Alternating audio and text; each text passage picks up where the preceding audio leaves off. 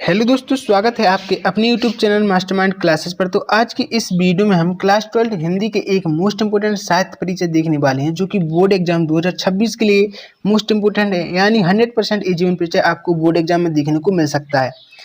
तो आपको यहाँ पर जीवन परिचय हेडिंग ना बनाते हुए केवल साहित्य परिचय की हेडिंग बनानी है, क्योंकि 12th वालों को केवल क्वेश्चन कवि और लेखक में यही पूछता है कि लेखक या कवि का साहित्य परिचय देते हुए उनकी कृतियों का वर्णन कीजिए। तो आपको यहाँ पर केवल साहित्य परिचय की हेडिंग बनानी है। फिर आपको उसमें लिखना है कि हिंदी, अगर हरिशंकर प्रसाद जी की साहित्य परिचय की बात करें तो उसमें लिखना है आपको, हिंदी के सुप्रसिद्ध व्यंग्यकार हरिशंकर प्रसाद जी एक प्रसिद्ध व्यंग्यकार लेखक थे। हरिशंकर प्रसाद जी का जन्म 22 अगस्त 1924 को मध्य प्रदेश के इटारसी के निकट जमानी नामक स्थान पर हुआ था। इनकी प्रारंभिक शिक्षा मध्य प्रदेश में हुई और इन्होंने नागपुर विश्वविद्यालय से एमए की डिग्री प्राप्त की। इनकी प्रारंभिक शिक्षा मध्य प्रदेश में ही हुई, ध्यान रखना, और इन्होंने नागपुर विश्वविद्यालय से एमए की डिग्री प्राप्त की। इसके बाद आपको लिखना है कि 10 अगस्त 1995 में इनका निधन हो गया। आप अगर ये ब्लैक पेन से ही लिखें, क्योंकि यदि आप संक्षिप्त परिचय बनाते हैं तो आप इन्हें ब्लू पेन से लिख सकते हैं, अन्यथा आप इन्हें ब्लैक पेन से ही लिखें, क्योंकि एग्जामिनर इन्हीं पॉइंटों को देखता है।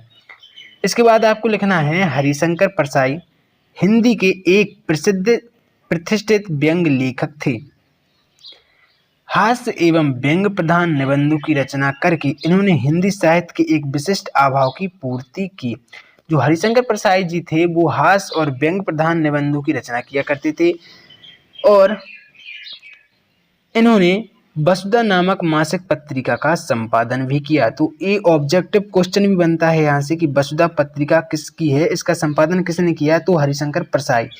तथा हिंदुस्तान एवं धर्मयुग जैसी साप्ताहिक पत्रिकाओं पर नियत रूप से कार्य किया।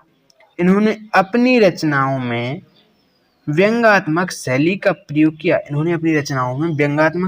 प्रयोग किया और इन्हें साहित्य सम्मेलन की ओर से साहित्य अकादमी पुरस्कार से नवाजा गया, जो कि इन्हें विकलांग श्रद्धा का दौर पर मिला था। इनकी एक रचना है विकलांग श्रद्धा का दौर, उसी पर इनको साहित्य अकादमी पुरस्कार मिला था।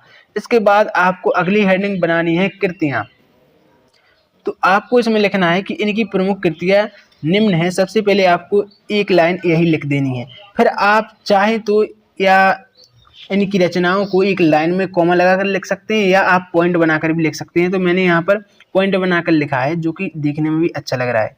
तो यहाँ पर सबसे पहली रचना लिखी है हमने, रानी नागफनी की कहानी, दूसरी तट की खोज, तब की बात और थी, भूत के पांव पीछे, और सदाचार का ताबीज, विकलांग श्रद्धा का दौर, जो कि मोस्ट इम्पोर्टेंट है और इसी के लिए इन्हें साहित्य अकादमी पुरस्कार भी दिया गया था। तो ये रचना भी मोस्ट इम्पोर्टेंट हो जाती है।